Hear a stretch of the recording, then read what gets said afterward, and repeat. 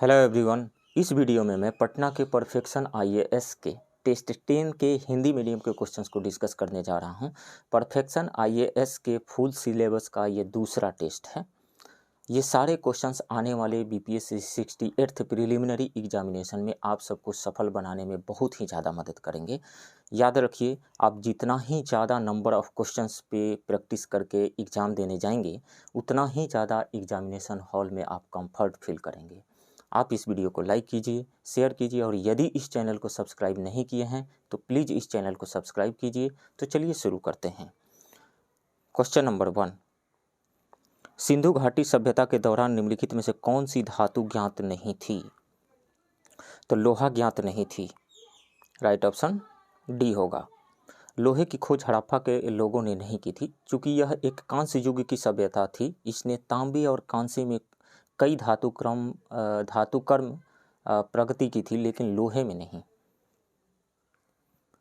Next question, Bharat सरकार द्वारा अपनाए गए राज्य चिन्ह में सत्यमेव जयते शब्द किस उपनिषद से लिया गया है? तो सत्यमेव जयते का मतलब होता है सत्य की ही विजय होती है। प्राचीन भारतीय ग्रंथ मुंडक उपनिषद का एक मंत्र है। भारत की स्वतंत्रता के बाद इसे 26 जनवरी 1950 में भारत के राष्ट्रीय आदर्श वाक्य के रूप में अपनाया गया था। सो मुंडकोपनिषद राइट ऑप्शन बी होगा। नेक्स्ट क्वेश्चन, निम्नलिखित में से कौन सा भारतीय साहित्य सबसे पुराना है? तो भारतीय साहित्य की सबसे पुरानी ज्ञात रचना ऋग्वेद थी, जो वैदिक संस्कृत में लिखे गए 1028 सूक्तों का संग्रह है। ऋग्वेद राइट ऑप्शन सी होगा। नेक्स्ट क्वेश्चन, किस सम्राट ने संस्कृत भाषा में नागानंद नाटक लिखा था? हर्षवर्धन ने। राइट ऑप्शन डी होगा। नागानंद सबसे प्रशंसित संस्कृत नाटकों में से एक है। सबसे प्रशंसित संस्कृत नाटकों में से एक। 5 कृतियों के माध्यम से यह नागों को बचाने के लिए जीमूतवाहन के आत्म बलिदान की लोकप्रिय कहानी कहता है। इस नाटक की अनूठी विशेषता नंदी छंद में भगवान बुद्ध का आह्वान है, जिसे नाटकीय रचनाओं के सर्वोत्तम उदाहरणों में से एक माना जाता है। हर्षवर्धन संस्कृत के महान विद्वान थे और उन्होंने ही इस नाटक को लिखा था। नेक्स्ट क्वेश्चन, नेपाल में बौद्ध धर्म का परिचय किसके शासनकाल में हुआ था? अशोक के शासनकाल में हुआ था। राइट ऑप्शन डी होगा। मौर्य साम्राज्य के सम्राट अशोक ने 2री शताब्दी ईसा पूर्व में बुद्ध की जन्मस्थली लुम्बिनी में एक स्तंभ बनवाया था। 3री बौद्ध संगीति के बाद अशोक ने मिशनरियों को नेपाल भेजा था। यह भी माना जाता है कि अशोक पाटन गया और वहां 4 स्तूप बनवाए। नेक्स्ट क्वेश्चन, बौद्ध धर्म और जैन धर्म के धार्मिक आंदोलनों का नेतृत्व किया था? तो क्षत्रिय राजकुमारों ने किया था, जैसे महावीर जैन, भगवान बुद्ध, ये दोनों ही क्षत्रिय राजकुमार थे। सो राइट ऑप्शन यहाँ पे ए होगा। नेक्स्ट क्वेश्चन, निम्नलिखित में से किसने दिल्ली के 8 सुल्तानों का शासन देखा था? अमीर खुसरो ने। राइट ऑप्शन डी होगा। अमीर खुसरो को कव्वाली का जनक माना जाता है। वह एक भारतीय संगीतकार, विद्वान और कवि थे। वह भारतीय उपमहाद्वीप के सांस्कृतिक इतिहास में एक प्रतिष्ठित व्यक्ति थे। ऐसा कहा जाता है कि उसने गयासुद्दीन बलबन से लेकर सुल्तान मोहम्मद बिन तुगलक तक दिल्ली के 8 सुल्तानों का शासन देखा था। नेक्स्ट क्वेश्चन, विजयनगर का प्रसिद्ध हजारा मंदिर किसके शासनकाल में बनाया गया था? तो कृष्णदेवराय के शासनकाल में बनाया गया था। राइट ऑप्शन डी होगा। नेक्स्ट क्वेश्चन, सल्तनत काल में भू राजस्व के सर्वोच्च अधिकारी कौन था? तो वो चौधरी था। राइट ऑप्शन सी होगा। सल्तनत काल के दौरान यह चौधरी थे जिन्होंने पारंपरिक सामाजिक संरचना में महत्वपूर्ण भूमिका निभाई थी। यदि हम पारंपरिक सामाजिक संरचना को चित्रित करते हैं तो इसके शीर्ष पर सुल्तान के बाद सुल्तान के राज्यपाल होंगे। एक ग्राम प्रधान जो कि चौधरी हुआ करता था। विद्रोह के समय सल्तनत ने रईसों के प्रभाव को समाप्त करना शुरू कर दिया और राजस्व एकत्र करने के लिए चौधरी की मदद मांगी। इसलिए चौधरी सल्तनत काल के दौरान गांवों के लिए मुख्य राजस्व संग्रह करता थे। नेक्स्ट क्वेश्चन, सल्तनत स्मारक में पहला सच्चा मेहराब देखा जा सकता है? तब बलबन का मकबरा। बलबन का मकबरा किला ए राय पिथौरा के दक्षिण पूर्व में स्थित है। यहीं पर भारत में प्रथम सच्चे मेहराब ने अपनी उपस्थिति दर्ज कराई थी। राइट ऑप्शन ए होगा। नेक्स्ट क्वेश्चन, शेख निजामुद्दीन औलिया किसके शिष्य थे? तो बाबा फरीद के शिष्य थे। राइट ऑप्शन डी होगा। हजरत बाबा फरीदुद्दीन मसूदगंज ए शकर को बाबा फरीद के नाम से भी जाना जाता है। हजरत बाबा फरीदुद्दीन मसूदगंज शकर को बाबा फरीद के नाम से भी जाना जाता है। शेख निजामुद्दीन औलिया के आध्यात्मिक गुरु थे ये। उनका जन्म वर्तमान पाकिस्तान के मुल्तान जिले के कोटवाल गांव में हुआ था। अलाउद्दीन साबिर कलियरी और नसीरुद्दीन चिराग ए दहलवी उनके शिष्यों में से थे। नेक्स्ट क्वेश्चन, किस मध्यकालीन शासक ने किसानों की मदद के लिए पट्टा और काबूलियत की व्यवस्था शुरू की? शेर शाह ने शुरू किया था। राइट ऑप्शन डी होगा। शेर शाह ने किसानों की मदद के लिए पट्टा और कबूलियत की व्यवस्था की शुरुआत की थी। किसानों को केंद्रीय प्राधिकरण द्वारा पट्टा दिया जाता था जिसमें सरकार के हिस्से का स्पष्ट उल्लेख होता था। किसानों ने इसे काबूलियत के माध्यम से स्वीकार किया। नेक्स्ट क्वेश्चन, निम्नलिखित में से किस संगठन ने सुधी आंदोलन का समर्थन किया था? आर्य समाज ने। राइट ऑप्शन डी होगा। स्वामी दयानंद सरस्वती द्वारा 1875 में बम्बई में स्थापित आर्य समाज द्वारा सुधी आंदोलन शुरू किया गया था ताकि उन लोगों को वापस लाया जा सके जो हिंदू धर्म से इस्लाम और ईसाई धर्म में परिवर्तित हो गए थे। घर वापसी के लिए था ये। नेक्स्ट क्वेश्चन, 1838 में भारत में स्थापित प्रथम राजनीतिक संगठन को जाना जाता है land holders society, zamindari association. Right option A होगा, जमींदारी एसोसिएशन। भारत में स्थापित पहला राजनीतिक संगठन कलकत्ता में जमींदारी संघ या लैंड होल्डर्स सोसाइटी था जिसको 1838 में इस्टेब्लिश किया गया था। यह पहला राजनीतिक संगठन था जिसने शिकायतों के लिए संगठित प्रयास और संवैधानिक उपाय पेश किए। इसका मुख्य उद्देश्य जमींदारों के हितों की रक्षा करना था। संस्थापक सदस्य द्वारकानाथ टैगोर और उनके सहयोगी जमींदार थे। नेक्स्ट क्वेश्चन, बंगाल विभाजन के खिलाफ स्वदेशी और बहिष्कार के कार्यक्रम की परिकल्पना किसके द्वारा की गई थी? अरबिंदो घोष के द्वारा की गई थी। राइट ऑप्शन बी होगा। स्वदेशी आंदोलन 1905 में भारत के वायसराय लॉर्ड कर्जन द्वारा बंगाल के विभाजन के साथ शुरू हुआ और 1911 तक जारी रहा। यह गांधी पूर्व आंदोलन का सबसे सफल आंदोलन था। इसके मुख्य वास्तुकार अरबिंदो घोष थे। नेक्स्ट क्वेश्चन, निम्नलिखित में से कौन भारतीय राष्ट्रीय कांग्रेस के स्थापना सत्र में उपस्थित नहीं था? तो न्यायमूर्ति रानाडे थे, जी सुब्रमण्यम अय्यर भी उपस्थित थे, दादा भाई नौरोजी भी उपस्थित थे, लेकिन सुरेंद्र नाथ बनर्जी उपस्थित नहीं थे। राइट ऑप्शन सी होगा। इंडियन एसोसिएशन की स्थापना सुरेंद्र नाथ बनर्जी और आनंद मोहन ने 1876 में बंगाल में युवा राष्ट्रवाद को बढ़ावा देने के लिए की थी। अखिल भारतीय राष्ट्रीय सम्मेलन दिसंबर 1883 में आयोजित किया गया था। दूसरा सम्मेलन दिसंबर 1885 में कलकत्ता में आयोजित किया गया था जिसकी अध्यक्षता सुरेंद्र नाथ बनर्जी ने की थी।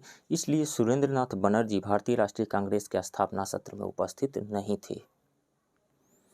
नेक्स्ट क्वेश्चन, भारतीय राष्ट्रीय कांग्रेस के निम्नलिखित में से किस सत्र में बाल गंगाधर तिलक ने व्यक्त किया था स्वराज मेरा जन्मसिद्ध अधिकार है और मैं इसे लेकर रहूँगा? स्वराज मेरा जन्मसिद्ध अधिकार है और मैं इसे लेकर रहूँगा बाल गंगाधर तिलक ने 1916 के लखनऊ अधिवेशन में व्यक्त किया था। राइट ऑप्शन डी होगा। 1916 के कांग्रेस के लखनऊ अधिवेशन में तिलक ने जोरदार ढंग से घोषणा की कि स्वराज मेरा जन्मसिद्ध अधिकार है और मैं इसे लेकर रहूँगा। इस अधिवेशन में उग्रवादी फिर से कांग्रेस में शामिल हो गए और तिलक और एनी बेसेंट के प्रयासों से लखनऊ पैक्ट पर हस्ताक्षर किए गए। यह कांग्रेस लीग समझौते के नाम से भी प्रसिद्ध है। नेक्स्ट क्वेश्चन, अरबिंदो घोष का अलीपुर षड्यंत्र मामले में शानदार ढंग से बचाव किया गया था। किसके द्वारा किया गया था? चित्तरंजन दास के द्वारा किया गया था। राइट ऑप्शन बी होगा। 1908 में अलीपुर षड्यंत्र मामले में अरबिंदो घोष और उनके भाई बरिंद्र घोष सहित 39 लोगों को अवैध हथियार और बम आदि रखने के आरोप में गिरफ्तार किया गया था। इस मामले में 17 लोगों को सजा सुनाई गई थी, लेकिन अरबिंदो घोष का बचाव किया गया और चित्तरंजन दास द्वारा सफलतापूर्वक रिहा कर दिया गया। Next question, Hindustan socialist Republican association का गठन किसके द्वारा किया गया था? तो चंद्रशेखर आज़ाद के द्वारा किया गया था। उसमें सरदार भगत सिंह भी शामिल थे। तो राइट ऑप्शन ये हो जाएगा मोर देन वन। सितंबर 1928 में हिंदुस्तान सोशलिस्ट रिपब्लिकन एसोसिएशन एक क्रांतिकारी संगठन की स्थापना फिरोज शाह कोटला मैदान नई दिल्ली में चंद्रशेखर आज़ाद, भगत सिंह, सुखदेव और अन्य के द्वारा की गई थी। इस संगठन ने 1928 से 1931 तक अधिक खतरनाक तरीके से काम किया। दिसंबर 1928 में भगत सिंह, चंद्रशेखर आज़ाद और राजगुरु ने साइमन कमीशन के विरोध में जुलूस के दौरान लाठीचार्ज के उनके आदेशों के प्रतिशोध में पुलिस अधीक्षक सैंडर्स की हत्या कर दी। हिंदुस्तान सोशलिस्ट रिपब्लिकन एसोसिएशन यानी HSRA के 2 सदस्यों भगत सिंह और बटुकेश्वर दत्त ने भी 8 अप्रैल 1929 को केंद्रीय विधानसभा में उस समय बम फेंका था जब ट्रेड डिस्प्यूट बिल और पब्लिक सेफ्टी बिल पर कार्यवाही चल रही थी। नेक्स्ट क्वेश्चन, निम्नलिखित में कौन मुस्लिम लीग के बारे में सही नहीं है? तो लीग ने स्वदेशी आंदोलन का विरोध किया, ये सही है। लीग ने बंगाल के विभाजन का समर्थन किया, ये भी सही है। इसकी स्थापना नवाब सलीमुल्लाह ने की थी, ये भी सही है। 30 दिसंबर 1906 में स्थापित अखिल भारतीय मुस्लिम लीग की स्थापना ढाका में हुई थी। इसके संस्थापक थे ख्वाजा सलीमुल्लाह, वकार उल मुल्क, सैयद अमीर अली और सैयद नबीबुल्लाह। तो इसकी स्थापना 1906 में कलकत्ता में नहीं हुई थी, ढाका में हुई थी। तो ये गलत है, डी गलत है, राइट ऑप्शन डी होगा। नेक्स्ट क्वेश्चन, निम्नलिखित में से कौन 1924 के कानपुर षड्यंत्र केस से संबद्ध नहीं था? तो शौकत उस्मानी संबद्ध थे उससे, मुजफ्फर अहमद भी थे, नलिनी गुप्ता भी थी, लेकिन MA अंसारी नहीं थे, राइट ऑप्शन ए होगा। भारत में कम्युनिस्टों की बढ़ती ताकत को दबाने के लिए कानपुर में साजिश के तहत कुछ कम्युनिस्ट नेताओं पर मुकदमा चलाया गया। यह मामला 1924 के कानपुर षड्यंत्र मामले के रूप में प्रसिद्ध हुआ। कानपुर षड्यंत्र कांड में मूल रूप से 13 अभियुक्त व्यक्ति शामिल थे, 13 अभियुक्त थे और उनमें MN Roy, Shaukat Usmani, SA Dange, RL Sharma, Shamuddin Hasan, doctor Manila, Satyabhakta, Muzaffar Ahmad, Ghulam Hussain, M Singaravelu, Nalini Gupta, Shrimati बेलियंधन और संपूर्णा नंद, ये लोग शामिल थे, 13 लोग। नेक्स्ट क्वेश्चन, सिपाही विद्रोह 1857 पुस्तक के लेखक कौन थे? तो सिपाही विद्रोह 1857 एक सामाजिक अध्ययन और विश्लेषण HP चट्टोपाध्याय द्वारा लिखी गई थी, HP Chattopadhyay, right option D होगा।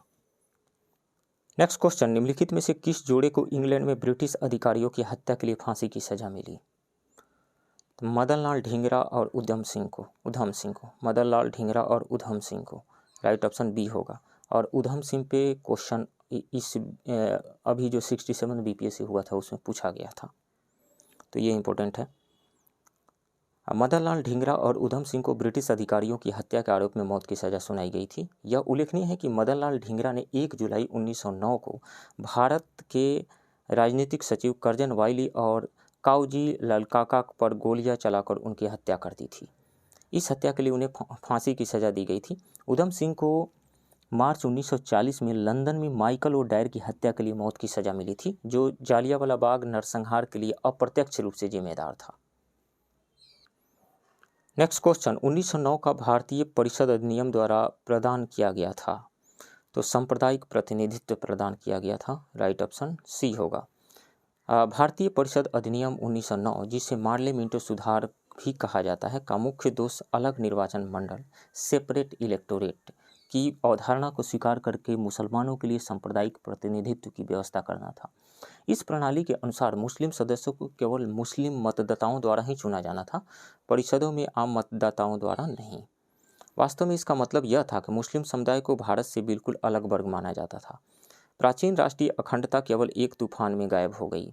गांधी जी ने कहा था, मार्ले मिंटो सुधारों ने सब कुछ नष्ट कर दिया है।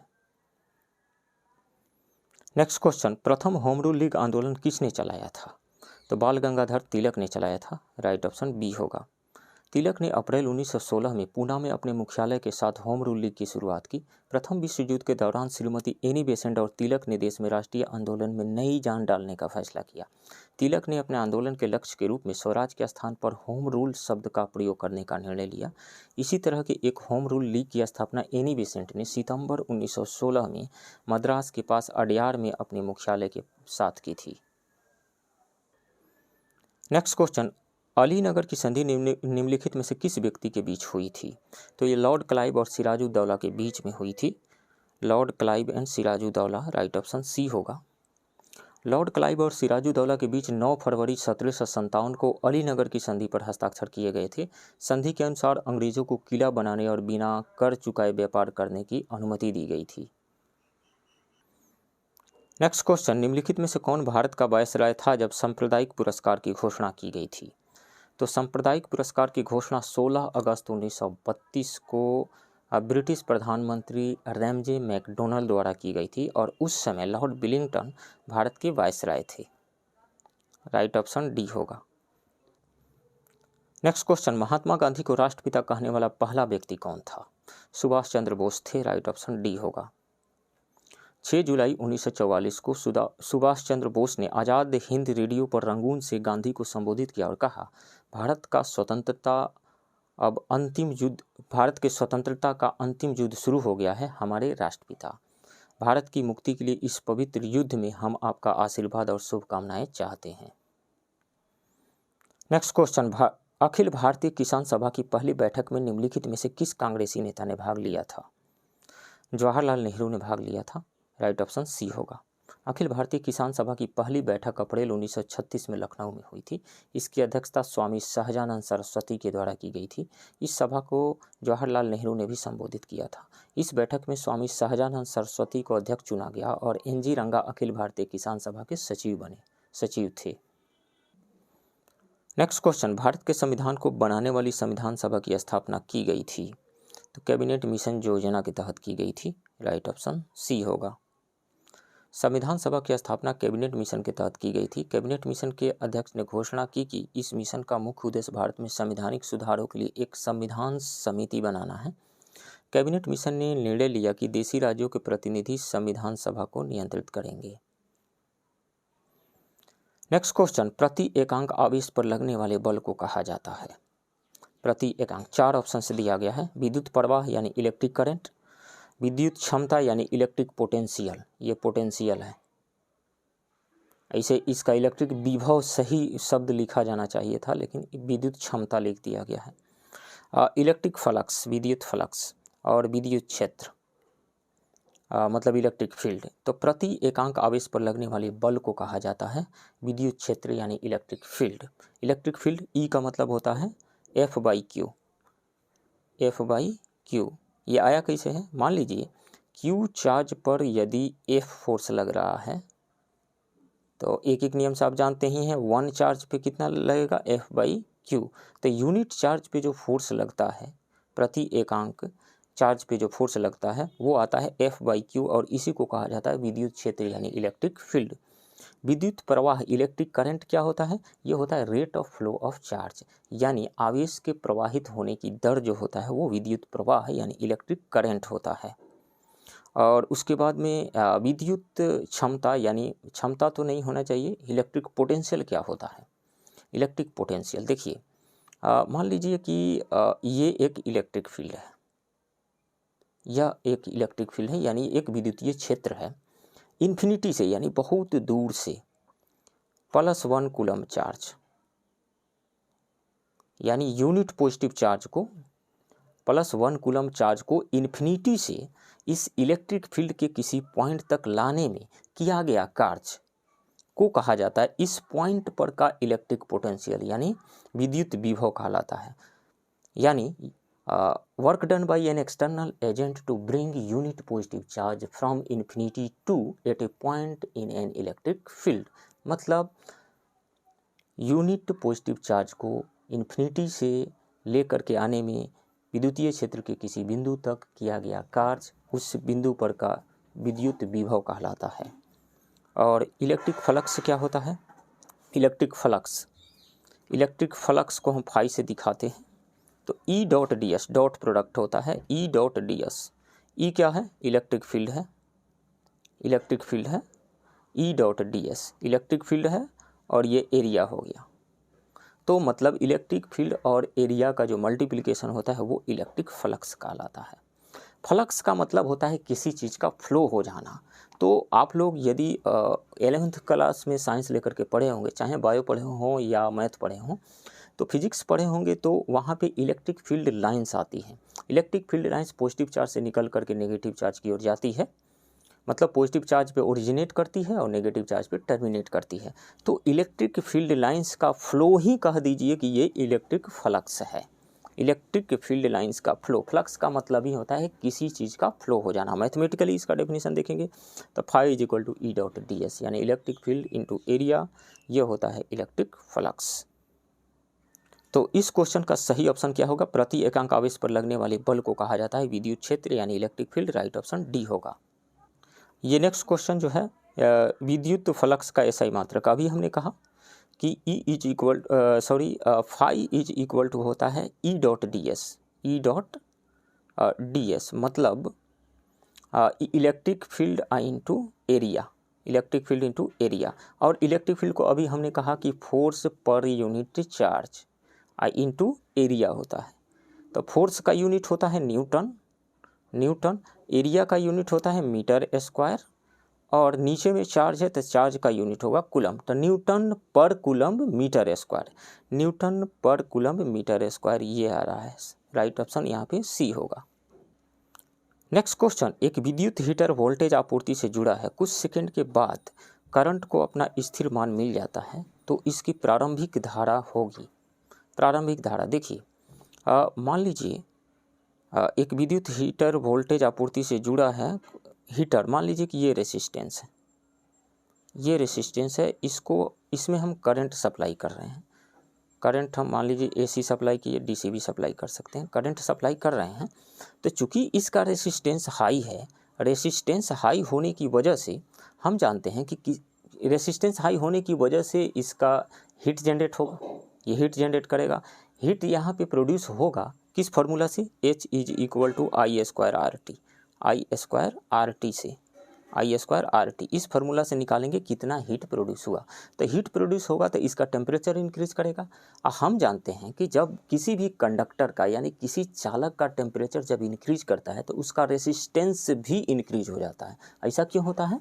क्योंकि सपोज कीजिए कि आप एक रूम में हैं, आप अपने फ्रेंड सबों के साथ 4-5 लोग आपके रूम में हैं, सडन अर्थक्वेक आ जाता है, भूकंप, आपका रूम हिलने लगता है, तो क्या करेंगे?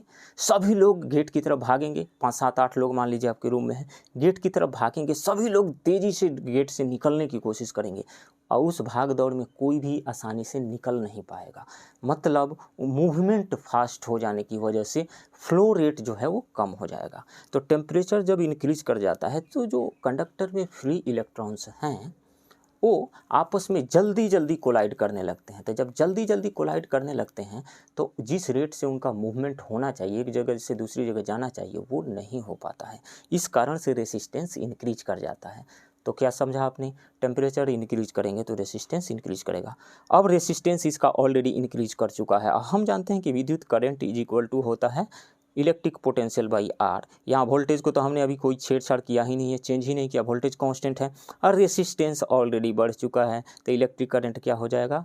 घट जाएगा निश्चित रूप से। तो मतलब पहले जो करंट था शुरुआत में, अब जो एसटीडी करंट फ्लो कर रहा है वो कम है, मतलब एसटीडी करंट का वैल्यू कम है, पहले वाले करंट का वैल्यू ज़्यादा था शुरुआत में। तो ऑप्शन पढ़िए, शून्य हो जाएगा? बिल्कुल नहीं, शून्य तो होगा नहीं।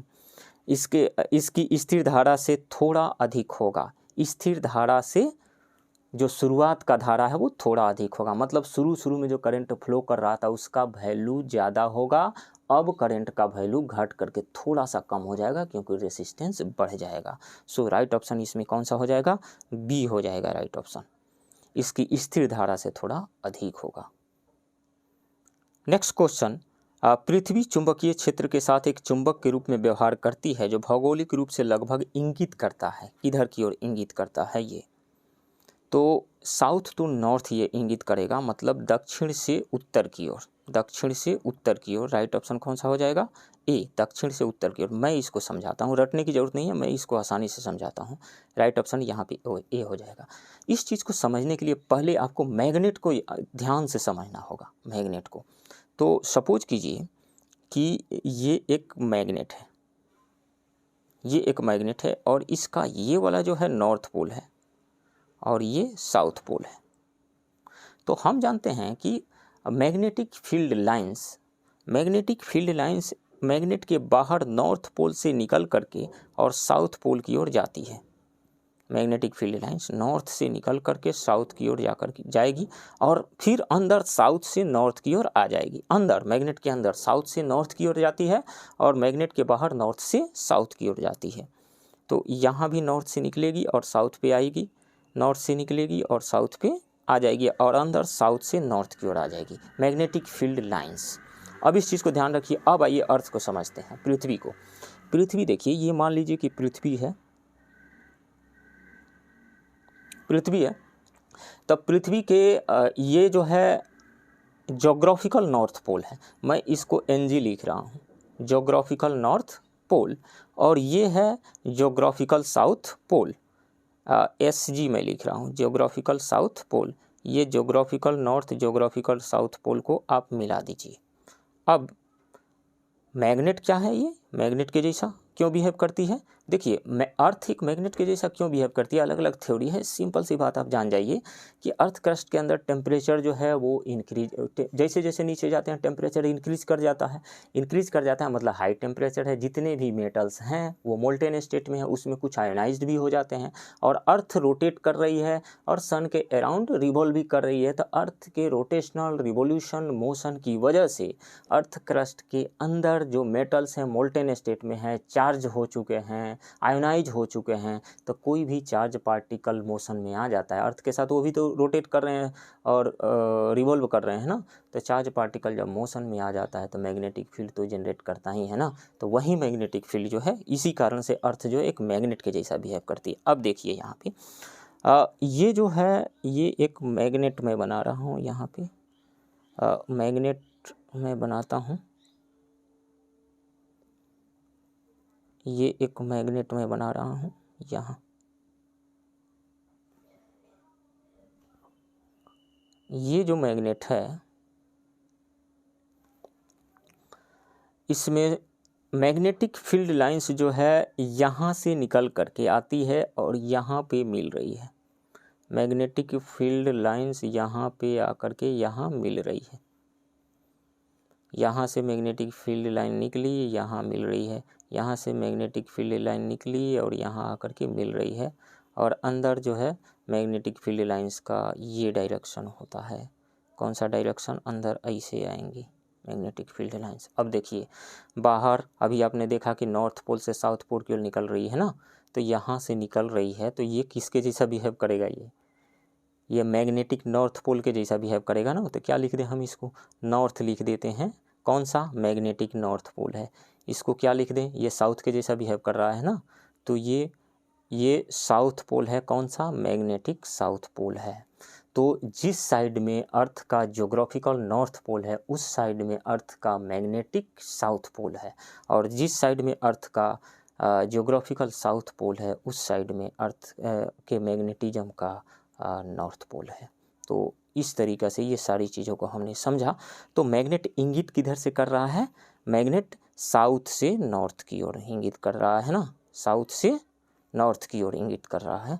राइट ऑप्शन यहाँ पे ए होगा। नेक्स्ट क्वेश्चन, पानी के नीचे तैराक बिल्कुल साफ पानी में भी स्पष्ट रूप से नहीं देख सकता है, क्योंकि ऐसा क्यों होता है? नहीं देख पाता है क्योंकि पानी में प्रकाश की गति में कमी आ जाती है? नहीं। नेत्र लेंस की फोकस दूरी में परिवर्तन आ जाता है? ये ऑप्शन सही है। आगे देखते हैं, जल में प्रकाश का प्रकीर्णन? नहीं। पानी में प्रकाश का अवशोषण? बिल्कुल नहीं। राइट ऑप्शन यहाँ पे बी है। अब इस चीज़ को समझते हैं ऐसा क्यों है। तो देखिए, 12वीं क्लास के फिजिक्स में यदि आप पढ़े होंगे और नहीं भी पढ़े हैं तो मैं आसानी से समझा देता हूँ इसको। हमारी आँखों में कौन सा लेंस लगा रहता है? Convex lens, by convex lens लगा रहता है, बाई कन्वेक्स लेंस। तो ये इस तरीक़े से लगा हुआ, तो इसका कहीं इस तरीक़े से ये स्फेयर का एक पार्ट है, तो ये जो फर्स्ट सरफेस जो ये दिख रहा है, इसका कहीं सेंटर होगा, तो इसका कहीं रेडियस ऑफ कर्वेचर होगा, इसको R1 कह दीजिए, R1। और ये वाला जो राइट वाला जो सरफेस है, ये भी तो एक स्फेयर का ही पार्ट होगा ना, तो इसका कहीं सेंटर होगा और इसका एक रेडियस ऑफ कर्वेचर होगा, वक्रता त्रिज्या होगी R2, इसको कह दीजिए R2।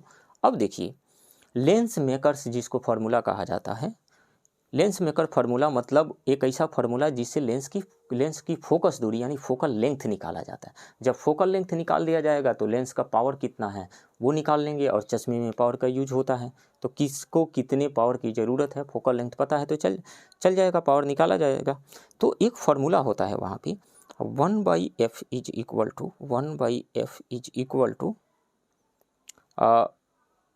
Mu 2/μ1 minus 1 into 1/r1 minus 1/r2। ये फार्मूला होता है फोकल लेंथ निकालने का, इसको लेंस मेकर्स फार्मूला। ये μ2 क्या है, ये जो ग्लास है ये मतलब लेंस जिस मटेरियल से बना हुआ है उसका रिफ्रैक्टिव इंडेक्स है। और μ1 क्या है, इस लेंस के बाहर जो भी मीडियम है, यदि एयर है तो एयर का होगा और यदि वाटर है तो वाटर का होगा। ठीक है, अब देखिए अभी जैसे मान लीजिए हम पानी से बाहर रहते हैं, हमारे आंखों के बाहर क्या है, मान लीजिए एयर, मान लीजिए आप एयर मान लीजिए, आंखों के बाहर जो है एयर है, तो एयर यहाँ पे रखेंगे, वो एयर का रिफ्रैक्टिव इंडेक्स 1 होता है, तो फार्मूला निकल करके आएगा 1/f is equal to mu minus 1 1/r1 minus 1/r2, ये फार्मूला होगा। अब जो ही हम पानी में जाएंगे, हमारे आँखों में जो लेंस है उसके बाहर क्या है, वाटर है, उसके बाहर क्या है, वाटर है। तो वाटर का रिफ्रैक्टिव इंडेक्स तो एयर से अलग होता है ना, 1.33 होता है वाटर का रिफ्रैक्टिव इंडेक्स। मतलब जो लेंस है उसके बाहर का मीडियम चेंज हो गया, तो जब मीडियम चेंज हो गया, ये μ2 का वैल्यू, ये μ2/μ1 जो रखा गया है, μ1 का वैल्यू चेंज हो गया तो फोकल लेंथ चेंज हो गया कि नहीं। तो लेंस की जो फोकस दूरी है चेंज हो जाती है, फिर फोकस दूरी चेंज हो जाने की वजह से मतलब जो हमारी आंखें पानी से बाहर थी वो अब आंखें रही नहीं, आंखें बदल चुकी है, मतलब फोकस दूरी यानी फोकल लेंथ बदल चुका है। इस कारण से पानी साफ है तो भी उस पानी के अंदर की चीज़ें हमें दिखाई नहीं देती है। सो राइट ऑप्शन यहाँ पे बी होगा। नेक्स्ट क्वेश्चन, मिट्टी के घड़े में पानी किस प्रक्रिया के कारण ठंडा रहता है। तो देखिए इसमें जो शब्द यूज किए गए हैं, शब्द हिंदी के बहुत ही कठिन शब्द और मतलब सूटेबल वर्ड का यूज नहीं किया गया। ये जो वाष्पोत्सर्जन आया है ये ट्रांसपीरेशन से आया है, ये तो थोड़ा ठीक लग रहा है। ट्रांसपीरेशन पौधों के पत्तियों से जो पानी थोड़ा थोड़ा बूंद करके बाहर निकलता है और वो वाष्पीकृत इवेपोरेट हो जाता है, वो ट्रांसपीरेशन होता है। उच्च बनाने की क्रिया, ये उच्च बनाने की क्रिया क्या है, इसके इंग्लिश को कौन से वर्ड को ये ट्रांसलेट किया गया है, एक सब्लिमेशन वर्ड होता है, सब्लिमेशन को ट्रांसलेट करके लिखा गया है उच्च बनाने की क्रिया। और ये संक्षेपण किसको ट्रांसलेट करके लिखा गया है, कंडेंसेशन। ये गूगल का कमाल है, कंडेंसेशन का क्या हिंदी होता है संक्षेपण, नहीं। वाष्पीकरण, इवेपोरेशन को लिखा गया है वाष्पीकरण, इवेपोरेशन। अब देखिए मैं एक एक करके इसको समझाता हूँ। ट्रांसपीरेशन बता दिया मैंने, पौधों की पत्तियों से जो एस्टोमेटा होता है, जो छिद्र होता है, रोम छिद्र जो होता है, उससे वाटर जो है छोटी छोटी बूंदें बाहर निकलती है और इवेपोरेट हो जाती है, वो है ट्रांसपीरेशन। और सब्लिमेशन क्या है, किसी भी सॉलिड का डायरेक्ट गैस में परिवर्तन, डायरेक्ट गैस में, सॉलिड स्टेट से डायरेक्टली गैस में चेंज हो जाना, वो है सब्लिमेशन। एग्जाम्पल क्या है, ड्राई आइस का नाम आप लोग सुने होंगे, सॉलिड कार्बन डाइऑक्साइड। कैम्फर, कपूर का नाम सुने होंगे, कपूर को जब आप जलाते हैं सॉलिड से डायरेक्टली गैस में कन्वर्ट हो जाता है। और भी बहुत सारे एग्जाम्पल हैं, कपूर एक अच्छा एग्जाम्पल है, समझ जाइए। तो ये है सब्लिमेशन। और ये कंडेंसेशन क्या होता है, कंडेंसेशन का मतलब होता है वेपर फेज से लिक्विड फेज में आ जाना, जैसे वाटर वेपर का वाटर लिक्विड में बदल जाना, ये होता है कंडेंसेशन। और वाष्पीकरण यानी इवेपोरेशन, देखिए घड़ा जो होता है उसमें पतले पतले छिद्र होते हैं, पतले पतले छिद्रों से जो वाटर रिस करके बाहर आता है और आसपास के जो अपने सराउंडिंग से वो क्या करता है, हीट गेन करके बिलो बॉइलिंग पॉइंट टेम्परेचर से कम टेम्परेचर पर ही वाटर वेपर में बदल जाता है, यानी गैसियस फेज में कन्वर्ट हो जाता है। इसी को तो कहा जाता है ना इवेपोरेशन। तो इवेपोरेशन के तहत जो है घड़े में पानी रखा गया है तो वो ठंडा रहता है। क्योंकि अब घड़े का पानी क्यों ठंडा हो गया, क्योंकि घड़ा से जो रिस करके जो बाहर पानी आया वो हीट किससे लिया, वाटर जो घड़ा में मौजूद है उसी से तो हीट ले लिया ना, और हीट ले करके मतलब हीट एनर्जी गेन करके और वो वाटर वेपर में कन्वर्ट हो गया, गैसियस फेज में चला गया। तो हीट लिया है मतलब एनर्जी लिया है वाटर मॉलिक्यूल जो घड़ा में है उन्हीं से, तो उनका टेम्परेचर निश्चित रूप से कम होगा, इस कारण से वो ठंडा रहता है। राइट ऑप्शन यहाँ पे डी होगा, कौन सा, इवेपोरेशन। इंग्लिश वर्ड याद रखिए। नेक्स्ट क्वेश्चन, निम्नलिखित में से कौन से रासायनिक परिवर्तन के उदाहरण है। तो रासायनिक परिवर्तन यानी केमिकल चेंज किसे कहेंगे आप। केमिकल चेंज में कोई नया सब्सटेंस बन जाए, कैसे बनता है, रिएक्शन होने से बनता है। कुछ बॉन्ड टूटते हैं, कुछ बॉन्ड बनते हैं, नया सब्सटेंस बन जाता है रिएक्शन के बाद में। अब देखिए, क्या बर्फ़ के पिघलने से नया सब्सटेंस बना, वाटर ही तो था ना, पहले सॉलिड फेज में था अब लिक्विड फेज में आ गया, फेज ही चेंज हुआ, सिर्फ नया सब्सटेंस तो नहीं बना ना। तो बर्फ़ का पिघलना केमिकल चेंज नहीं है, ये फिजिकल चेंज है। दूसरी बात, सोडियम क्लोराइड का क्रिस्टलीकरण, सोडियम क्लोराइड क्रिस्टल में बदल गया, तो अभी भी तो सोडियम क्लोराइड ही है ना, कोई नया सब्सटेंस तो बना नहीं, इस कारण से ये भी एक फिजिकल चेंज ही है, केमिकल चेंज नहीं है। दूध का खट्टा होना, दूध का खट्टा होना, दूध जब खट्टा हो जाता है यानी दही में कन्वर्ट हो गया तो उसमें लैक्टोबैसिलस आ गया, लैक्टिक एसिड आ गया, नया सब्सटेंस बन गया। पहले दूध एक अलग सब्सटेंस था, उसकी प्रॉपर्टी कुछ अलग थी, और अब कर्ड बन गया है, दही हो गया है, खट्टा हो गया, उसकी प्रॉपर्टी अलग हो गई है, नया सब्सटेंस ही बन गया है। तो ये क्या है, एक केमिकल चेंज है। सो राइट ऑप्शन यहाँ पे वन, ओनली वन, तो ए हो जाएगा। नेक्स्ट क्वेश्चन, पाश्चुरीकरण, पाश्चुरीकरण एक प्रक्रिया है, पाश्चराइजेशन एक प्रक्रिया है जिसके द्वारा दूध को 8 घंटे तक गर्म किया जाता है। बिल्कुल नहीं, पहले दूध को अधिक समय तक गर्म किया जाता है और फिर निर्दिष्ट समय के भीतर अचानक ठंडा कर लिया जाता है। अधिक टेम्परेचर तक गर्म करके तुरंत उसको ठंडा कर लिया जाता है, ये सही ऑप्शन लग रहा है। दूध को 24 घंटे के लिए बहुत कम तापमान पर संरक्षित किया जाता है, नहीं। दूध को कमरे के तापमान में 2 दिनों के लिए रखा जाता है, बिल्कुल नहीं। बी ऑप्शन सूटेबल लग रहा है, राइट ऑप्शन बी होगा। नेक्स्ट क्वेश्चन, फिटकरी किस प्रक्रिया द्वारा मैले पानी को शुद्ध करता है। तो मैले पानी को शुद्ध करने के लिए उसमें डस्ट पार्टिकल है, गंदे चीज़ें हैं, गंदा पार्टिकल उसमें है, डर्ट पार्टिकल उसमें है, यदि पानी में तो कोलाइडल पार्टिकल्स हैं। यदि फिटकरी उसमें डाल देते हैं तो क्या होता है कि जो डर्ट के जो पार्टिकल है एक जगह जमा होने लगते हैं, एक्युमुलेट होने लगते हैं, एक्युमुलेट होने लगते हैं और इनका प्रेसिपिटेट बन जाता है, प्रेसिपिटेट बन जाता है, ऊपर तैरने लगते हैं। तो इस प्रोसेस को, इस प्रक्रिया को कहा जाता है कोगुलेशन, स्कंदन, कोगुलेशन, कोगुलेशन। तो कोगुलेशन प्रक्रिया के तहत ही फिटकरी जो है पानी को साफ कर देता है। उसमें जो भी डर्ट पार्टिकल हैं यानी कोलाइडल पार्टिकल्स हैं वो एक जगह एक्युमुलेट होने लगते हैं, एक्युमुलेट होकर के वो प्रेसिपिटेट में कन्वर्ट हो जाते हैं और ऊपर वाटर सरफेस पे तैरने लगते हैं, उनका प्रेसिपिटेट बन जाता है थ्रू कोगुलेशन यानी स्कंदन। राइट ऑप्शन डी होगा। नेक्स्ट क्वेश्चन, निम्नलिखित में से कौन सा युग्म सही सुमेलित है। तो फ्लोराइड प्रदूषण क्या हुआ था भोपाल गैस ट्रेजेडी में, नहीं। मिथाइल आइसोसाइनाइड का रिसाव हुआ था, मिथाइल आइसोसाइनाइड का MIC, मिथाइल आइसोसाइनाइड का रिसाव हुआ था जिसे भोपाल गैस ट्रेजेडी कहा जाता है। तो फ्लोराइड प्रदूषण नहीं हुआ था, तो ये तो मैच है ही नहीं। फ्लोराइड प्रदूषण से क्या होता है, डीके ऑफ टीथ होने, जैसे पानी में मिला हुआ है तो दांत खराब होने लगते हैं, टूटने लगते हैं, हड्डियाँ कमज़ोर हो जाती है, टूटने लगती है, ये सारी चीज़ें होती हैं फ्लोराइड प्रदूषण से, यदि वाटर में फ्लोराइड का अमाउंट बढ़ जाए तो भोपाल गैस त्रासदी में ये तो नहीं हुआ था, तो ये गलत है। मिथाइल आइसोसाइनेट किस में, क्या अम्लीय वर्षा कराता है, बिल्कुल नहीं। मिथाइल आइसोसाइनेट तो जुड़ा हुआ है भोपाल गैस ट्रेजेडी से, और फ्लोराइड किससे जुड़ा हुआ है, दांत के खराब होने से, हड्डियों के खराब होने से ये जुड़ा हुआ है।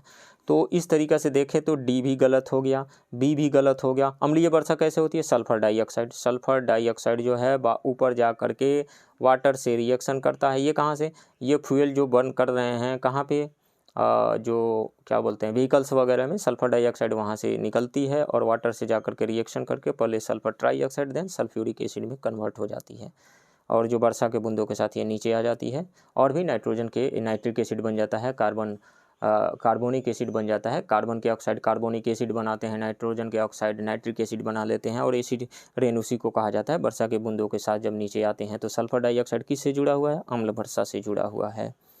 अब ओजोन डिप्लेशन, रिक्तीकरण, ओजोन का डिप्लेशन जो है वो त्वचा कैंसर जनरेट करता है, त्वचा कैंसर जनरेट करता है। त्वचा कैंसर कैसे जनरेट करता है? क्योंकि ये हमारे डीएनए, हमारे जीन, हमारे डीएनए में जो बॉन्ड बना हुआ है, बॉन्ड को तोड़ने के लिए जितनी एनर्जी चाहिए उससे ज़्यादा एनर्जी होती है इस अल्ट्रावायलेट रेडिएशन में। इस कारण से ये क्या करता है, जो डीएनए है, जो जीन है, उसके बॉन्ड को तोड़ देता है और अनियंत्रित सेल डिवीजन होना शुरू हो जाता है।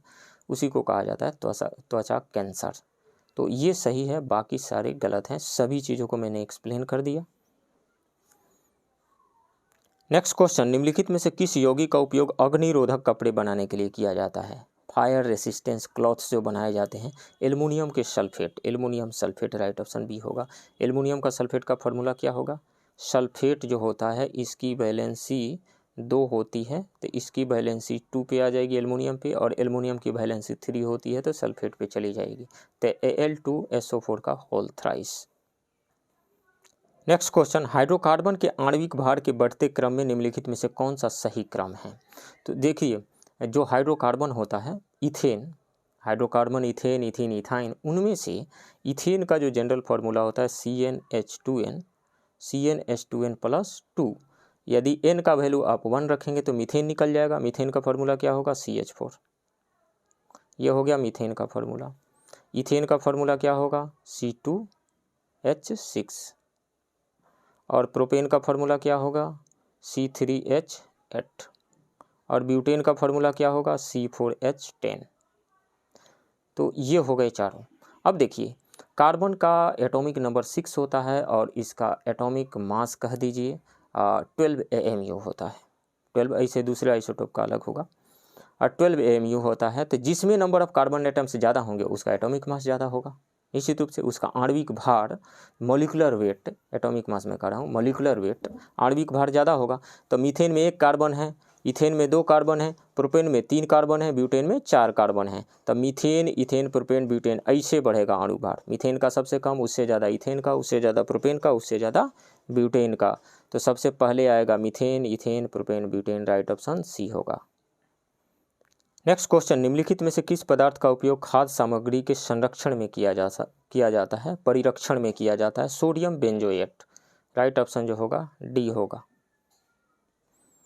नेक्स्ट क्वेश्चन, हमारे शरीर में अम्लता और क्षारीयता के बीच संतुलन बनाए रखने वाला तत्व क्या है? तो वो है फास्फोरस, राइट ऑप्शन ए होगा। नेक्स्ट क्वेश्चन, निम्नलिखित में से कौन सी एक एंटीबायोटिक दवा है? तो सबसे देखिए, एस्पिरिन, एस्पिरिन जो है एक एंटीपायरेटिक दवा है। एंटीपायरेटिक दवा का मतलब क्या होता है? इसका यूज कहाँ होता है? बुखार को कम करने में, शरीर में दर्द हो रहा है उसको कम करने में एंटीपायरेटिक्स मेडिसिन का यूज किया जाता है। एस्पिरिन एक एंटीपायरेटिक है। क्लोरोम्फेनिकोल ये जो है एक एंटीबायोटिक है, और गुआनिडीन ये जो है ये भी एक एंटीबायोटिक है। और ये कुनैन क्या है? कुनैन जो है, कुनैन का यूज किया जाता है मलेरिया के इलाज में। अब मलेरिया क्या है? प्लाज्मोडियम से होता है, प्लाज्मोडियम नाम के प्रोटोजोआ से होता है मलेरिया। तो एंटी मलेरियल मेडिसिन है कुनैन इसको। तो इसमें से ई हो जाएगा, मोर देन 1 जो है एंटीबायोटिक्स है, राइट ऑप्शन ई हो जाएगा। नेक्स्ट क्वेश्चन, निम्नलिखित में से कौन सा यौगिक विटामिन नहीं है? तो पायराडॉक्सिन ये विटामिन है। पायराडॉक्सिन कौन सा विटामिन है? विटामिन B6 है ये B6 है पायराडॉक्सिन। और नियासिन कौन सा है? नियासिन जो है ये भी विटामिन बी ही है, B5 है। और राइबोफ्लाविन, ये राइबोफ्लाविन क्या है? विटामिन B2 है, B2। थायरॉक्सिन क्या है? एक हार्मोन है, ये विटामिन नहीं है। तो निम्नलिखित में से कौन सा यौगिक विटामिन नहीं है? तो थायरॉक्सिन नहीं है, राइट ऑप्शन डी होगा। नेक्स्ट क्वेश्चन, नाखून काटते समय दर्द महसूस नहीं होता है क्योंकि? देखिए, नाखून जो है डेड सेल्स हैं, उसमें ब्लड का सर्कुलेशन नहीं होता है, दैट्स वाई उसको काटते हैं तो दर्द नहीं होता है। तो राइट ऑप्शन इसमें से कौन सा होगा? नाखून मृत कोशिकाओं की सामग्री से बने होते हैं जिनमें एक रक्त परिसंचरण नहीं होता है, ब्लड का सर्कुलेशन नहीं होता है, राइट ऑप्शन सी होगा। नेक्स्ट क्वेश्चन, महिलाओं के संबंध में पुरुष वर्णांधता से अधिक पीड़ित हो सकते हैं क्योंकि? महिलाओं के संबंध में महिलाओं की अपेक्षा पुरुष वर्णांधता से अधिक पीड़ित हो सकते हैं क्योंकि आमतौर पर उनमें वसा कम होती है। बिल्कुल नहीं, उनके पास केवल एक एक्स गुणसूत्र है, केवल एक एक्स क्रोमोसोम है, ये सही है। वे अपेक्षाकृत अधिक घर से बाहर रहते हैं, वे मानसिक तनाव से अधिक गुजरते हैं। ये जो कलर ब्लाइंडनेस है, इस पे बीपीएससी भी क्वेश्चन पूछ चुकी है और यूपीएससी में भी ये क्वेश्चन आ चुका है। ये कलर ब्लाइंडनेस जो है यानी वर्णांधता, ये एक जेनेटिक डिसऑर्डर है। ये जो है इसमें एक माता अपने मैके से इस बीमारी को लेकर के आती है और अपने बेटे में ट्रांसफ़र कर देती है। ये अपनी बेटी में ट्रांसफ़र नहीं करती है, हमेशा बेटे में ट्रांसफ़र होती है, यानी पुरुष को ही ये होता है। पुरुष को होने का कारण क्या है, देखिए जो मेल में यानी मेन में जो क्रोमोजोम्स होते हैं वो होता है XY क्रोमोजोम, और फीमेल में जो क्रोमोजोम होता है वो होता है XX क्रोमोजोम। तो फीमेल में जो ये दोनों XX क्रोमोजोम हैं, ये जो है उसको कलर ब्लाइंडनेस आने नहीं देता है उसके अंदर, और जो पुरुष में जो एक ही X क्रोमोजोम है और एक Y है, इसकी वजह से पुरुष जो है वर्णांधता यानी कलर ब्लाइंडनेस का शिकार हो जाता है, उसको हो जाता है ये। और जब किसी को कलर ब्लाइंडनेस हो जाता है तो रेड और कौन सा ब्लू या ग्रीन, इसमें जो है अंतर वो नहीं देख पाता है। नेक्स्ट क्वेश्चन, पीने के पानी में निम्नलिखित में से किसकी अधिक उपस्थिति के कारण ब्लू बेबी सिंड्रोम होता है? तो ये नाइट्रेट की उपस्थिति के कारण होता है। यदि वाटर में नाइट्रेट ज़्यादा अवेलेबल है तो कोई भी बच्चा यदि उस पानी को पी रहा है तो उसके आंत में जाकर के ये नाइट्रेट नाइट्राइट में बदल जाता है, और नाइट्राइट फिर ऑक्सी हीमोग्लोबिन के साथ प्रतिक्रिया करके यानी रिएक्शन करके मेथेमोग्लोबिन बनाता है जो ऑक्सीजन नहीं ले जा सकता है। यदि रक्त में मेथेमोग्लोबिन की एक बड़ी मात्रा बनती है तो शरीर के ऊतकों को ऑक्सीजन से वंचित किया जा सकता है, जिसे शिशु अपने श्लेष्मा झिल्ली का पीला रंग विकसित कर सकता है और संभवतः पाचन और श्वसन संबंधी समस्याएं हो सकती है। इस स्थिति को मेथोग्लोबिनेमिया के रूप में भी जाना जाता है। तो किसकी वजह से होता है? नाइट्रेट जाकर के आंतों में नाइट्राइट में बदल जाता है और वो फिर ऑक्सीजन को प्रिवेंट कर देता है और ब्लू कलर आ जाता है, ब्लू बेबी सिंड्रोम कहा जाता है। और फ्लोराइड के वजह से क्या हो जाता है? फ्लोरोसिस हो जाता है, जैसे dental fluorosis, skeletal fluorosis, arthritis, bone damage होना, दांत जो है टूटने लगते हैं, टीथ डीके होने लगता है, दांत टूटने लगते हैं, हड्डियाँ कमज़ोर हो जाती है, हड्डियाँ टूटने लगती है, ये फ्लोरोसिस है। तो ये फ्लोराइड की अधिकता से होता है वाटर में यदि अवेलेबल है। आर्सेनिक की अधिकता से, आर्सेनिक यदि हो गया तो इससे हार्ट रिलेटेड डिजीजेज हो जाएंगे, कैंसर होने लगेगा, ये सारी चीज़ें हैं। तो राइट ऑप्शन यहाँ पे डी होगा। नेक्स्ट क्वेश्चन, निम्नलिखित में से किस प्रकार का प्रकाश पौधों द्वारा दृढ़ता से अवशोषित किया जाता है? तो देखिए पौधे उसी प्रकाश को दृढ़ता से अवशोषित करेंगे जिसमें फोटोसिंथेसिस का रेट ज़्यादा होगा। तो फोटोसिंथेसिस का रेट देखा गया है कि रेड कलर में ज़्यादा होता है और ब्लू कलर में सबसे कम होता है। तो यहाँ पे आंसर तो होना चाहिए रेड कलर होना चाहिए। तो रेड कलर यदि आप लेते हैं तो रेड कलर में ऑप्शन ई आ जाता है और इसमें ऑप्शन जो है नीला और लाल दिया गया है। तो आप देख लीजिए, आप बी पे जाते हैं या फिर ई पे जाते हैं। मेरे अनुसार तो रेड कलर में रेट ऑफ फोटोसिंथेसिस ज़्यादा होता है, इस कारण से पौधे रेड कलर को ज़्यादा अवशोषित करते हैं क्योंकि ये फोटोसिंथेसिस के रेट को बढ़ाता है, और ब्लू में फोटोसिंथेसिस का रेट कम होता है। सो राइट ऑप्शन यहाँ पे ई होना चाहिए। नेक्स्ट क्वेश्चन, निम्नलिखित में से कौन सा पर्यावरण का अजैविक घटक है? तो पर्यावरण का गैर हरे पौधे मतलब जो हरे नहीं हैं वो पौधे तो जीवित है ना, तो वो तो अजैविक घटक कैसे होंगे? जैविक घटक होंगे। डीकम्पोजर ये भी जैविक घटक में ही आते हैं, और हरे पौधे ये भी जैविक घटक ही हैं। गुरुत्वाकर्षण जो है अजैविक घटक है, ग्रेविटेशन। राइट ऑप्शन यहाँ पे सी होगा। नेक्स्ट क्वेश्चन, मोटर नियंत्रण में मस्तिष्क का कौन सा भाग महत्वपूर्ण भूमिका निभाता है? वो है सेरिबेलम,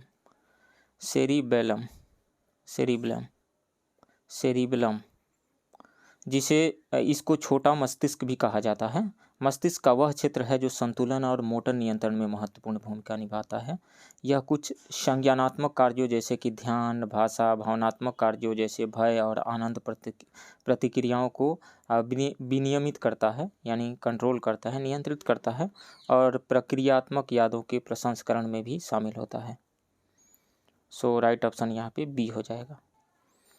नेक्स्ट क्वेश्चन, निम्नलिखित में से कौन सा जोड़ा सही ढंग से मेल नहीं खाता है? Vitamin B2 cod liver oil में पाया जाता है? नहीं, cod liver oil code fish के लीवर से प्राप्त होता है और इसमें ओमेगा 3 फैटी एसिड होता है, विटामिन ए और विटामिन डी होता है, विटामिन बी नहीं होता है। विटामिन B2 का क्या नाम है? विटामिन B2 जिसको राइबोफ्लाविन भी कहा जाता है। ये अंडे, हरी सब्जियों, दूध और अन्य डेयरी उत्पादों, मांस, मशरूम और बादाम में पाया जाने वाला विटामिन है। विटामिन के अल्फ़ा नाम का जो पौधे होते हैं उसमें पाया जाता है, ये सही है। विटामिन ई गेहूं के बीज का तेल में पाया जाता है, ये भी सही है। चावल की भूसी में विटामिन B6 पाया जाता है, ये सही है। गलत कौन सा है? ए, राइट ऑप्शन ए होगा। नेक्स्ट क्वेश्चन, निम्न में से कौन रक्त में अनुपस्थित होता है? तो रक्त में प्लाज्मा उपस्थित होता है, गठित तत्व उपस्थित होता है, द्रव मैट्रिक्स उपस्थित होता है, लेकिन फाइब्रोब्लास्ट ये उपस्थित नहीं होता है, राइट ऑप्शन डी होगा। फाइब्रोब्लास्ट विशेष कोशिकाएं होती है जो एरोलर टिश्यू में फाइबर के निर्माण के लिए जिम्मेदार होती है और एक प्रकार का संयोजी टिश्यू होती है ये। नेक्स्ट क्वेश्चन, अवायवीय श्वसन में शर्करा के अधूरे विखंडन के परिणाम स्वरूप बनता है, क्या बनता है? तो अल्कोहल और कार्बन डाइऑक्साइड बनता है, alcohol and ethanol and carbon dioxide बनता है। देखिए ग्लूकोज, मान लीजिए ग्लूकोज ले लीजिए, ग्लूकोज तो ग्लूकोज का एरोबिक एंड एनारोबिक रेस्पिरेशन में क्या होता है ये हम देख लेते हैं। यहाँ पे हम 3 पाथवे ले रहे हैं जो NCERT में दिया हुआ है, 3 पाथवे में ले रहा हूँ। सबसे पहले यदि ऑक्सीजन प्रेजेंट है, ऑक्सीजन जो है मान लीजिए नहीं है, सबसे पहले ले लीजिए O2 जो है वो प्रेजेंट नहीं है। तो जब O2 प्रेजेंट नहीं है, जैसे कि ईस्ट के केस में, ईस्ट के केस में ग्लूकोज का फर्मेंटेशन हो जाता है और बनता क्या है? इथेनॉल बनता है, C2H5OH प्लस CO2 प्लस यहाँ से इनर्जी, यहाँ से। और दूसरा पाथवे क्या है? यदि जो है ऑक्सीजन, लैक ऑफ ऑक्सीजन हो, मतलब कम ऑक्सीजन, लैक ऑफ ऑक्सीजन, कम ऑक्सीजन प्रेजेंट हो, तो यहाँ पे यही ग्लूकोज जो है लैक्टिक एसिड में कन्वर्ट हो जाता है, कन्वर्ट हो जाता है और यहाँ से एनर्जी निकलती है। ये सारी चीज़ें कहाँ होती है? ये सारी चीज़ें जो होती है मसल्स में होती है। मसल्स में जब मेहनत कोई ज़्यादा करता है, ज़्यादा एक्सरसाइज कर रहा है, दौड़ रहा है, तो मसल्स में ये लैक्टिक एसिड बनने लगता है, जिस कारण से दर्द भी होने लगता है, क्रैम्प आने लगता है। और तीसरा पाथवे इसका क्या है कि जब ऑक्सीजन पर्याप्त मात्रा में मौजूद हो, ये कहाँ होता है? माइटोकॉन्ड्रिया में। हमारे शरीर के जो कोशिका हैं, सेल, उसके माइटोकॉन्ड्रिया नामक ऑर्गेनल में ये होता है। तो यहाँ से बन जाता है CO2 plus H2O plus energy. तो ये कौन सा? ये एरोबिक रेस्पिरेशन हो गया और ये कौन सा हो गया? एनारोबिक रेस्पिरेशन हो गया। ऑक्सीजन नहीं है तो एनारोबिक रेस्पिरेशन हो गया। तो अवायवीय श्वसन में शर्करा का अधूरे विखंडन के परिणाम स्वरूप क्या बन रहा है? इथाइल एल्कोहल बन रहा है, कार्बन डाइऑक्साइड बन रहा है और एनर्जी रिलीज हो रही है। तो कौन सा ऑप्शन होगा? शराब और कार्बन डाइऑक्साइड। इथाइल एल्कोहल को ही शराब के यहाँ कहा जाता है, तो राइट ऑप्शन यहाँ पे सी हो जाएगा, इथाइल एल्कोहल और कार्बन डाइऑक्साइड बनेगा। नेक्स्ट क्वेश्चन, आप ऐसा क्यों सोचते हैं कि रेफ्रिजरेटर में रखने पर खाद्य पदार्थ कवक से सुरक्षित रहते हैं? रेफ्रिजरेटर में CFC गैस होती है, गैस होती है जो जहरीली होती है और कवक को बढ़ाने नहीं देती, ये गलत है। कवक गर्म परिस्थितियों में नहीं उगते हैं, तो उसमें गर्म परिस्थिति कहाँ है? ये गलत है। रेफ्रिजरेटर सूखी और ठंडी स्थिति प्रदान करता है जो कवक को बढ़ने नहीं देता है, ये सही है। कवक के बढ़ने के लिए क्या चाहिए? ये नम वाली स्थिति चाहिए, यानी मॉइस्चर चाहिए, ह्यूमिडिटी चाहिए, और दूसरी बात यह है कि गर्मी चाहिए, वहाँ पे टेम्परेचर ज़्यादा चाहिए। ठंडी स्थिति में नहीं, गर्म स्थिति में और ह्यूमिड कंडीशन में ये बढ़ते हैं, इनका ग्रोथ होता है। किसका? कवक का, फंगस का। चूँकि उपकरण बिजली से काम करता है जो कवक को बढ़ने नहीं दे, ये गलत है। ऑप्शन सी सही है यहाँ पे। नेक्स्ट क्वेश्चन, किस ग्रंथि को शरीर की आपातकालीन ग्रंथि भी कहा जाता है? तो उसको अधिवृक्क यानी एड्रिनल ग्लैंड को आपातकालीन ग्रंथि कहा जाता है, राइट ऑप्शन बी है। अंतिम समय में ये ऊर्जा प्रदान कर देता है। राइट ऑप्शन जो है, जब जैसे मान लीजिए कि कोई रनर है, दौड़ रहा है, तो अंतिम समय में यही जो है ऊर्जा प्रदान कर देती है और दौड़ को जीतता है वो अंतिम समय। नेक्स्ट क्वेश्चन, मानव हड्डियों में निम्नलिखित में से कौन सा लवण अधिकतम मात्रा में पाया जाता है? तो वो पाया जाता है calcium phosphate. Right option B होगा, कैल्शियम फास्फेट। ये मिलता कहाँ से है? डेयरी प्रोडक्ट से मिलता है। नेक्स्ट क्वेश्चन, स्टार्च से ग्लूकोज के हाइड्रोलिसिस में शामिल एंजाइम है। तो देखिए मतलब कार्बोहाइड्रेट का डाइजेशन कौन करता है? 3 तरह के एंजाइम कौन करता है? 3 तरह के एंजाइम हो गए ताल, ट्रिप्सिन प्रोटीन का डाइजेशन करता है, एमाइलेज जो है कार्बोहाइड्रेट का करता है, कार्बोहाइड्रेट का, और ट्रिप्सिन जो है ये फैट का डाइजेशन करता है, फैट का। तो किसका कह रहा है? इसमें कार्बोहाइड्रेट का डाइजेशन करवाना है तो किसका यूज होगा? एमाइलेज का यूज होगा। सो राइट ऑप्शन यहाँ पे क्या होगा? Amylase, B. नेक्स्ट क्वेश्चन, निम्नलिखित में से कौन हमें संक्रमण से बचाने में मदद करता है? तो संक्रमण से बचाने में हमें WBC मदद करता है, WBC। राइट ऑप्शन ए होगा। अभी जो कोविड आया हुआ था पिछले साल और उसके पिछले साल, तो ये पाया गया कि जिनका ब्लड ग्रुप O है उनकी स्थिति मतलब वो उनकी डेथ लगभग नहीं हुई, कम हुई, या वो गंभीर स्थिति में नहीं पहुंच पाए। उसके लिए उनका ब्लड ग्रुप रिस्पॉन्सिबल था। ब्लड ग्रुप कैसे रिस्पॉन्सिबल था? तो ओ ब्लड ग्रुप वालों में ये WBC का ज़्यादा होता है, WBC ज़्यादा होता है। इस कारण से उनकी एंटीबॉडी, उनके सेल में एंटीबॉडी ज़्यादा बन जाता है, उनकी प्रतिरोधक क्षमता ज़्यादा बढ़ जाती है। इस कारण से वो गंभीर स्थिति में कम पहुंच रहे थे, उनकी डेथ कम हो रही थी। तो WBC जो है एंटीबॉडी बनाने में मदद करता है, ये संक्रमण से बचाने में हमारी मदद करता है। नेक्स्ट क्वेश्चन, प्रधानमंत्री ने किस शहर में कलाम नो कार्निवल पुस्तक मेले का उद्घाटन किया? तो प्रधानमंत्री नरेंद्र मोदी ने अहमदाबाद में नवभारत साहित्य मंदिर द्वारा आयोजित कलाम नो कार्निवल पुस्तक मेले के उद्घाटन समारोह को संबोधित किया। राइट ऑप्शन सी होगा, अहमदाबाद।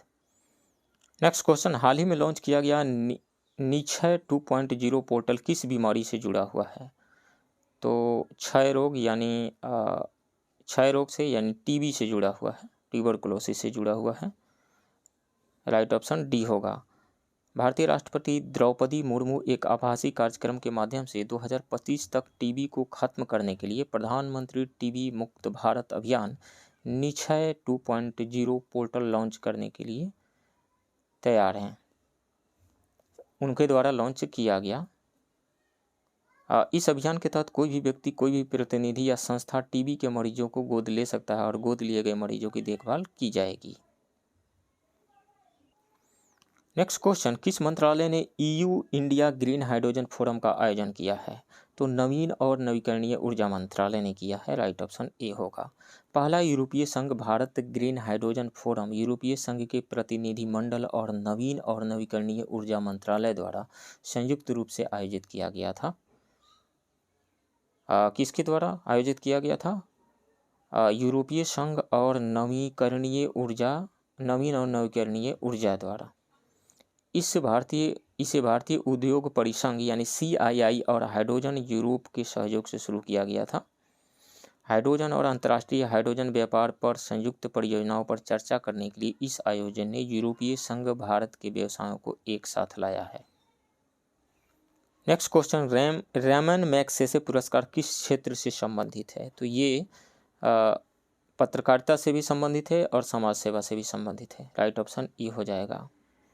रवीश कुमार को मिला है ये पत्रकारिता के क्षेत्र में।